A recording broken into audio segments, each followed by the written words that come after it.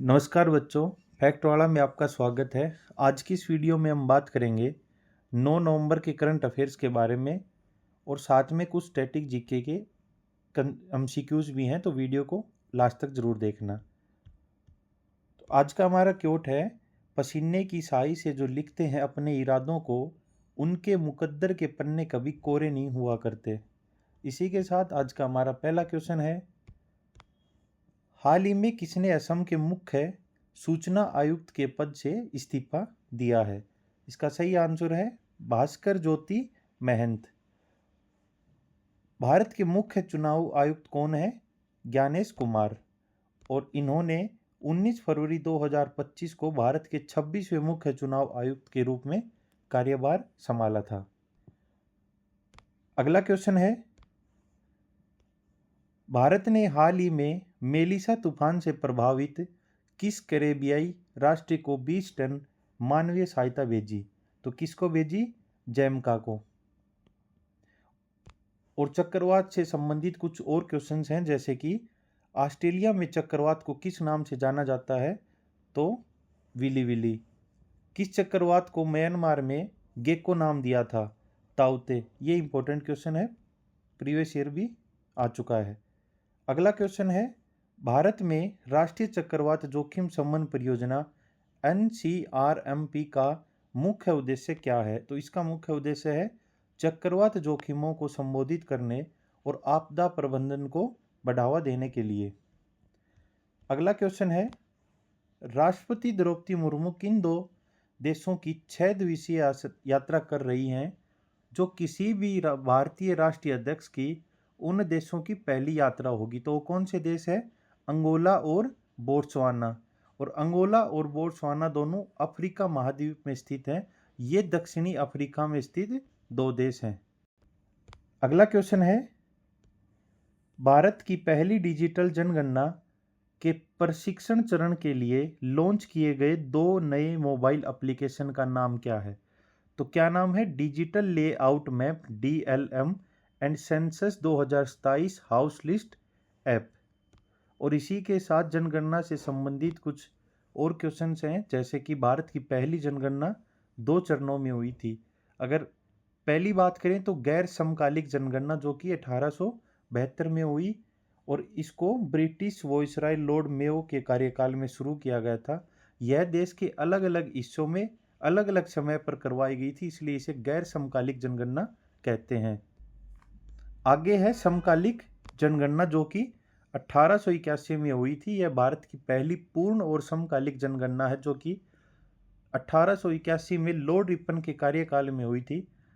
इसमें पूरे देश को शामिल किया गया था और जनसांख्यिकी, आर्थिक और समकालिक विशेषताओं को वर्गीकृत किया गया था। इसी के बाद भारत में हर 10 साल पर नियमित जनगणना शुरू हुई थी।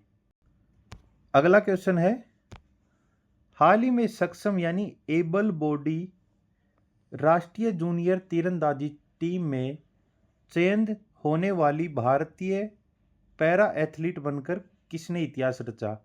और वो है शीतल देवी। ये क्यों खास है?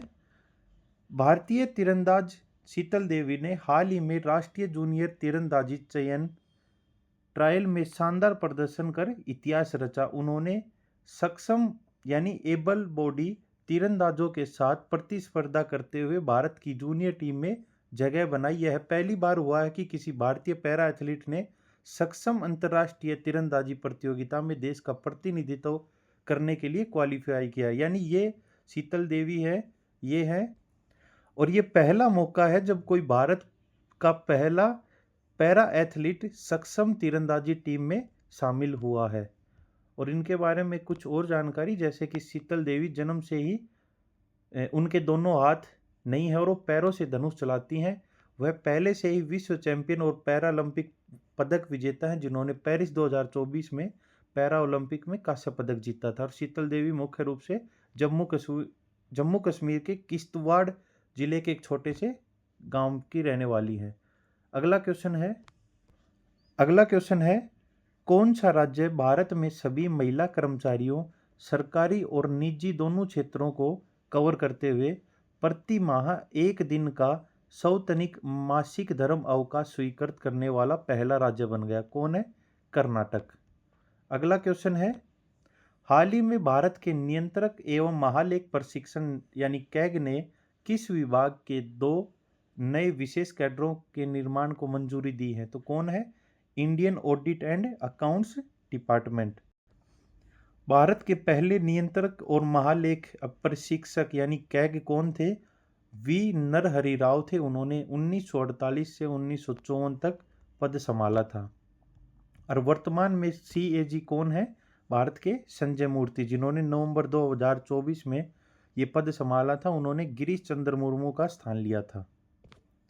अगला क्वेश्चन है, निष्क्रिय बैंक खातों में पड़ी धनराशि का दावा करने के लिए लाभार्थियों की मदद के लिए आरबीआई द्वारा शुरू किए गए अभियान का नाम क्या है? इसका नाम है आपकी पूंजी आपका अधिकार। और इसको किसने शुरू किया था? केंद्रीय वित्त मंत्री निर्मला सीतारमण ने इस अभियान की शुरुआत 4 अक्टूबर 2025 को गुजरात के गांधीनगर में की थी। और इसका उद्देश्य क्या है? जैसे वित्तीय क्षेत्र, जैसे बैंक में बीमा भुगतान, शेयर लाभांश और म्यूचुअल फंड्स में पड़ी हुई लावारिस राशि को सही हकदारों तक जल्द से जल्द पहुंचाने का। और इसका समय कितना है? 3 महीने का, अक्टूबर 2025 से दिसंबर 2025। अगला क्वेश्चन है, आईसीसी T20 वर्ल्ड कप 2026 के फाइनल की मेजबानी के लिए किस स्टेडियम को चुना गया है? तो इसको चुना गया द नरेंद्र मोदी स्टेडियम इन अहमदाबाद। और ये अहमदाबाद का नरेंद्र मोदी स्टेडियम है। इसी के कुछ क्वेश्चंस हैं, जैसे कि नरेंद्र मोदी स्टेडियम कहाँ स्थित है? अहमदाबाद में। और नरेंद्र मोदी स्टेडियम का जो पुराना नाम था वो क्या था? सरदार पटेल स्टेडियम, जिसे लोकप्रिय रूप से मोटेरा स्टेडियम के नाम से भी जाना जाता है। और यह स्टेडियम किस नदी के किनारे है? ये साबरमती नदी के किनारे है। और इसका नाम पहले मोटेरा स्टेडियम था, जिसका नाम अभी नरेंद्र मोदी स्टेडियम है, जिसको 24 फरवरी 2021 को बदला गया था। और इस स्टेडियम का उद्घाटन किसने किया था? तत्कालीन राष्ट्रपति रामनाथ कोविंद ने। और इस स्टेडियम की जो टोटल क्षमता है वो कितनी है? 1,32,000 दर्शक। और दुनिया का सबसे बड़ा क्रिकेट स्टेडियम कौन सा है? वो भी नरेंद्र मोदी स्टेडियम है। और इसमें पहला मैच कब खेला गया था? 12 नवंबर 1983 को भारत और वेस्ट इंडीज के बीच में खेला गया था। तब इसका नाम क्या था? मोटेरा स्टेडियम। और नरेंद्र मोदी स्टेडियम में पहला पुनर्विकसित डे नाइट टेस्ट कब खेला गया? 24 फरवरी 2021 भारत और इंग्लैंड के बीच में। अगर पूछा जाए इसका नाम कब चेंज किया, तो वो भी 24 फरवरी 2021 में। यह स्टेडियम किस खेल का आयोजन करवाता है? यह एक क्रिकेट स्टेडियम है जो घरेलू और अंतर्राष्ट्रीय क्रिकेट मैचों की मेजबानी करता है। और 2023 क्रिकेट विश्व कप का फाइनल कहाँ खेला गया था? वो भी नरेंद्र मोदी स्टेडियम में खेला गया था। अगला क्वेश्चन है, डाक विभाग द्वारा पार्सल ट्रैकिंग, ई रसीद और शिकायत दर्ज करने जैसी सेवाओं के लिए लॉन्च किए गए नए एप्लीकेशन का क्या नाम है? इसका नाम है डाक सेवा 2.0। अगला क्वेश्चन है, उत्तर प्रदेश के किस जिले में 6.5 करोड़ वर्ष पुराना जीवाश्म खोजा गया जिसकी पहचान ट्राइसेराटोप्स डायनासोर के नाक के रूप में हुई थी? तो वो कहाँ है? सहारनपुर में। अगला क्वेश्चन है, किस देश ने कुशल विदेशी श्रमिकों को आकर्षित करने के लिए नई आवर्जन योजना की घोषणा की है, जो विशेष रूप से अमेरिका में H-1B वीजा धारकों को लक्षित करती है? तो इसका सही आंसर है कनाडा। और कनाडा की राजधानी क्या है? ओटावा। और कनाडा के प्रधानमंत्री का क्या नाम है? Mark Carney. और इसकी मुद्रा कैनेडियन डॉलर है। और कनाडा के संविधान से हमने क्या क्या लिया है? सशक्त केंद्र के साथ संघीय व्यवस्था। और दूसरा है अवशिष्ट शक्तियां केंद्र में निहित होना। और तीसरा है राज्यपाल की नियुक्ति। और चौथा है सर्वोच्च न्यायालय का सलाहकार क्षेत्राधिकार, यानी कि भारत के संविधान के अनुच्छेद 143 के तहत राष्ट्रपति सर्वोच्च न्यायालय से सार्वजनिक महत्व के लिए किसी भी मुद्दे पर सलाह ले सकते हैं। अगला क्वेश्चन है, बिहार में हाल ही में किस प्रमुख योजना को लागू किया गया है जिसके तहत महिलाओं को स्वरोजगार के लिए 10,000 रुपये का प्रारंभिक हस्ताक्षरण प्रदान किया जाएगा? तो वो योजना कौन सी है? मुख्यमंत्री महिला रोजगार योजना। अगला क्वेश्चन है, मुख्य आर्थिक सलाहकार यानी सीईए वी अनंत नागेश्वरन के अनुसार वित्त वर्ष 2026 में भारत की अपेक्षित जीडीपी वृद्धि क्या है? तो 6.8%। और भारत के मुख्य आर्थिक सलाहकार कौन है? डॉक्टर वी अनंत नागेश्वरन। उन्होंने 28 फरवरी 2022 को यह पद संभाला था और फरवरी 2025 में उनका कार्यकाल मार्च 2027 तक बढ़ा दिया गया है।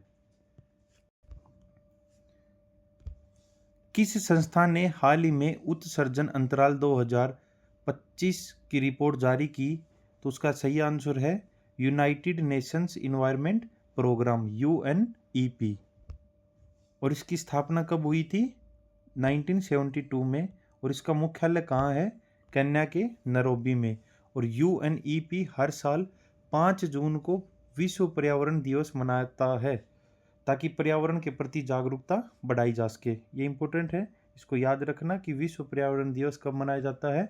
5 जून को। तो करंट अफेयर्स आज की खत्म हुई। तो इसी के साथ आज के कुछ स्टैटिक जीके के MCQs हैं। तो हमारा पहला क्वेश्चन है, पृथ्वी के वायुमंडल में कौन सी गैस सबसे अधिक मात्रा में पाई जाती है? तो इसका सही आंसर है नाइट्रोजन। तो नाइट्रोजन कितना परसेंट है? नाइट्रोजन का 78% है। और ऑक्सीजन का है 21%। या अप्रोक्स है वैसे तो 20.9 या 20.8% है।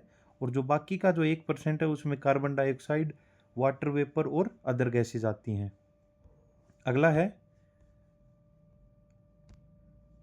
प्रसिद्ध पेंटिंग मोनालिसा किसने बनाई? तो इसका सही आंसर है लियोनार्डो दा विंची ने। और इससे जुड़े कुछ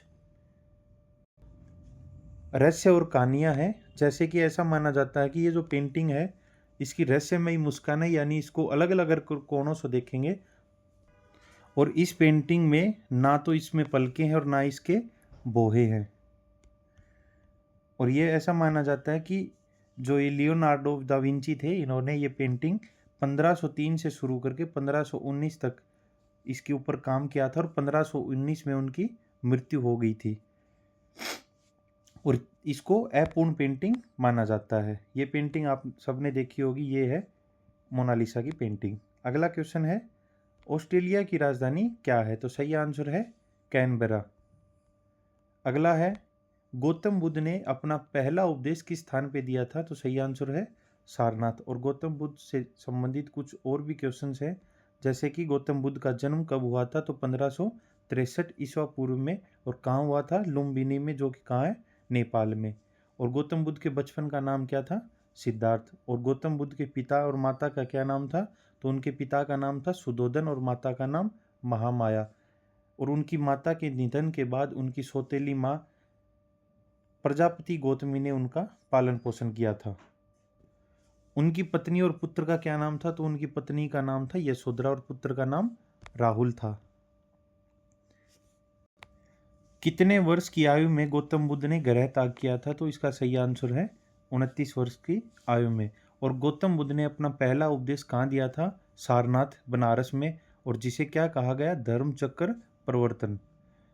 अगला क्वेश्चन है गौतम बुद्ध से, गौतम बुद्ध को ज्ञान की प्राप्ति कहाँ हुई थी? तो उनको बोध गया में ज्ञान की प्राप्ति हुई थी, एक पीपल के वृक्ष के नीचे, जो कि निरंजना नदी के तट पर स्थित है। और उनकी मृत्यु कब और कहाँ हुई? तो उनकी मृत्यु हुई थी 483 ईस्वा पूर्व में, 80 वर्ष की आयु में कुशीनगर में हुई थी। और बुद्ध शब्द का अर्थ क्या होता है? एक ज्ञान संपन्न व्यक्ति।